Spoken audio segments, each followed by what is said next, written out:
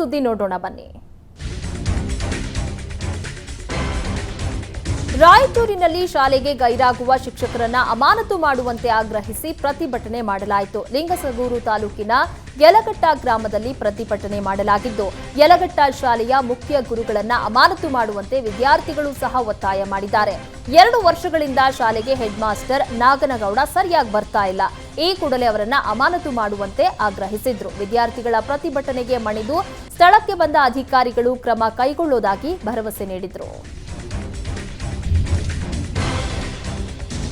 ಶಿವಮೊಗ್ಗದ ಹೊಸನಗರದಲ್ಲಿ ಕಾಮಗಾರಿ ವೇಳೆ ಶೀಟ್ ಸೆಂಟ್ರಿಂಗ್ ಆಕಸ್ಮಿಕವಾಗಿ ಕುಸಿದು ಬಿದ್ದಿದೆ. ಪ್ರಾಥಮಿಕ ಕೃಷಿ ಪತ್ತಿನ ಸಹಕಾರ ಸಂಘದ ನಿರ್ಮಾಣ ಹಂತದ ಕಟ್ಟಡ ಕುಸಿದಿರೋದ್ರಿಂದ ಕಾರ್ಮಿಕರು ತೀವ್ರವಾಗಿ ಗಾಯಗೊಂಡಿದ್ದು ಪ್ರಾಣಾಪಾಯದಿಂದ ಪಾರಾಗಿದ್ದಾರೆ. ಅಗ್ನಿಶಾಮಕ ದಳ ಸಿಬ್ಬಂದಿ ಹಾಗೂ ಪೊಲೀಸರು ರಕ್ಷಣೆ ಕಾರ್ಯವನ್ನ ಮಾಡಿದ್ದಾರೆ.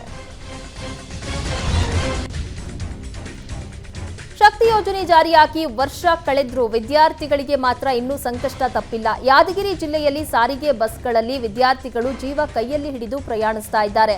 ಬಸ್ನಲ್ಲಿ ಸೀಟ್ ಇಲ್ಲದೆ ಬಸ್ ಡೋರ್ಗಳಲ್ಲಿ ಸಂಚರಿಸ್ತಾ ಇದ್ದಾರೆ. ವಿದ್ಯಾರ್ಥಿಯೊಬ್ಬ ಫುಟ್ಪಾತ್ ಮೇಲೆ ಒಂದೇ ಕಾಲಿಟ್ಟು ಪ್ರಯಾಣಿಸ್ತಾ ಇರುವ ವಿಡಿಯೋ ವೈರಲ್ ಆಗಿದೆ. ಸಾರಿಗೆ ಸಿಬ್ಬಂದಿ ಮುಷ್ಕರಕ್ಕೆ ರಾಜ್ಯ ಸರ್ಕಾರ ಕೊಕ್ಕೆ ಹಾಕಿದೆ. ಇನ್ಮುಂದೆ ಸಾರಿಗೆ ಸಿಬ್ಬಂದಿ ಮುಷ್ಕರ ಮಾಡುವಂತಿಲ್ಲ ಎಂದು ಅಧಿಸೂಚನೆ ಹೊರಡಿಸಲಾಗಿದೆ. 6 ತಿಂಗಳ ಕಾಲ ಯಾವುದೇ ಪ್ರತಿಭಟನೆ ಮಾಡದಂತೆ ಸರ್ಕಾರ ಸೂಚನೆ ನೀಡಿದ್ದು, ಜುಲೈ 1ರಿಂದ ಮುಂದಿನ 6 ತಿಂಗಳ ಕಾಲ ಯಾವುದೇ ಮುಷ್ಕರ ಮಾಡುವಂತಿಲ್ಲ ಅಂತ ಆದೇಶ ಹೊರಡಿಸಿದೆ.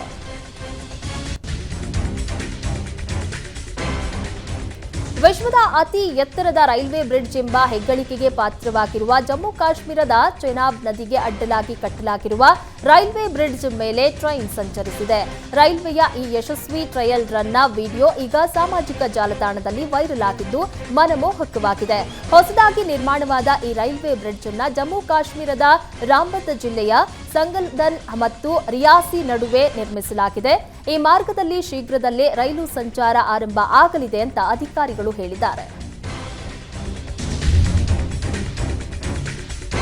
ಸಂಸತ್ ಮುಂಗಾರು ಅಧಿವೇಶನಕ್ಕೆ ಕೆಲವೇ ದಿನ ಬಾಕಿ ಇದೆ. ಹೀಗಾಗಿ ರಾಷ್ಟ್ರಪತಿ ದ್ರೌಪದಿ ಮುರ್ಮು ಅವರು ಬಿಜೆಪಿ ಸಂಸದ ಭರ್ತೃಹರಿ ಮಹತಾಬ್ ಅವರನ್ನ ಲೋಕಸಭೆಯ ಹಂಗಾಮಿ ಸ್ಪೀಕರ್ ಆಗಿ ನೇಮಕ ಮಾಡಿದ್ದಾರೆ.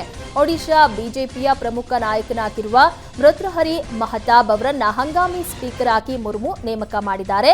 ನೂತನ ಸ್ಪೀಕರ್ ಆಯ್ಕೆ ಆಗೋವರೆಗೂ ಹಂಗಾಮಿ ಸ್ಪೀಕರ್ ಅವರೇ ಕರ್ತವ್ಯಗಳನ್ನು ನಿರ್ವಹಿಸುತ್ತಾರೆ. ಖಲಿಸ್ತಾನಿ ಉಗ್ರ ಹರ್ದೀಪ್ ಸಿಂಗ್ ನಿಜ್ಜರ್ಗೆ ಸಂಸತ್ತಿನಲ್ಲಿ ಗೌರವ ಸಲ್ಲಿಸಿದ ಕೆನಡಾಗೆ ಭಾರತ ತಿರುಗೇಟನ ನೀಡುವುದಕ್ಕೆ ಮುಂದಾಗಿದೆ. 1985ರಲ್ಲಿ ಖಲಿಸ್ತಾನಿ ಉಗ್ರರು ನಡೆಸಿದ್ದ ದಾಳಿಯಲ್ಲಿ ಮೃತಪಟ್ಟ 329 ಏರ್ ಇಂಡಿಯಾ ವಿಮಾನ ಪ್ರಯಾಣಿಕರಿಗೆ ಶ್ರದ್ಧಾಂಜಲಿ ಕಾರ್ಯಕ್ರಮ ಹಮ್ಮಿಕೊಂಡಿದೆ. ಜೂನ್ 23ಕ್ಕೆ ಏರ್ ಇಂಡಿಯಾ ವಿಮಾನ ದುರಂತಕ್ಕೆ 39 ವರ್ಷ ತುಂಬಲಿದೆ. ಮೃತರಿಗೆ ಸಂತಾಪ ಸೂಚಿಸಲು ಕೆನಡಾದಲ್ಲಿರುವ ಭಾರತ ರಾಯಭಾರಿ ಕಚೇರಿ ನಿರ್ಧರಿಸಿದೆ. ಈ ಮೂಲಕ ಕೆನಡಾಗೆ ಭಾರತ ಖಡಕ್ ತಿರುಗೇಟನ ನೀಡುವುದಕ್ಕೆ ಮುಂದಾಗಿದೆ.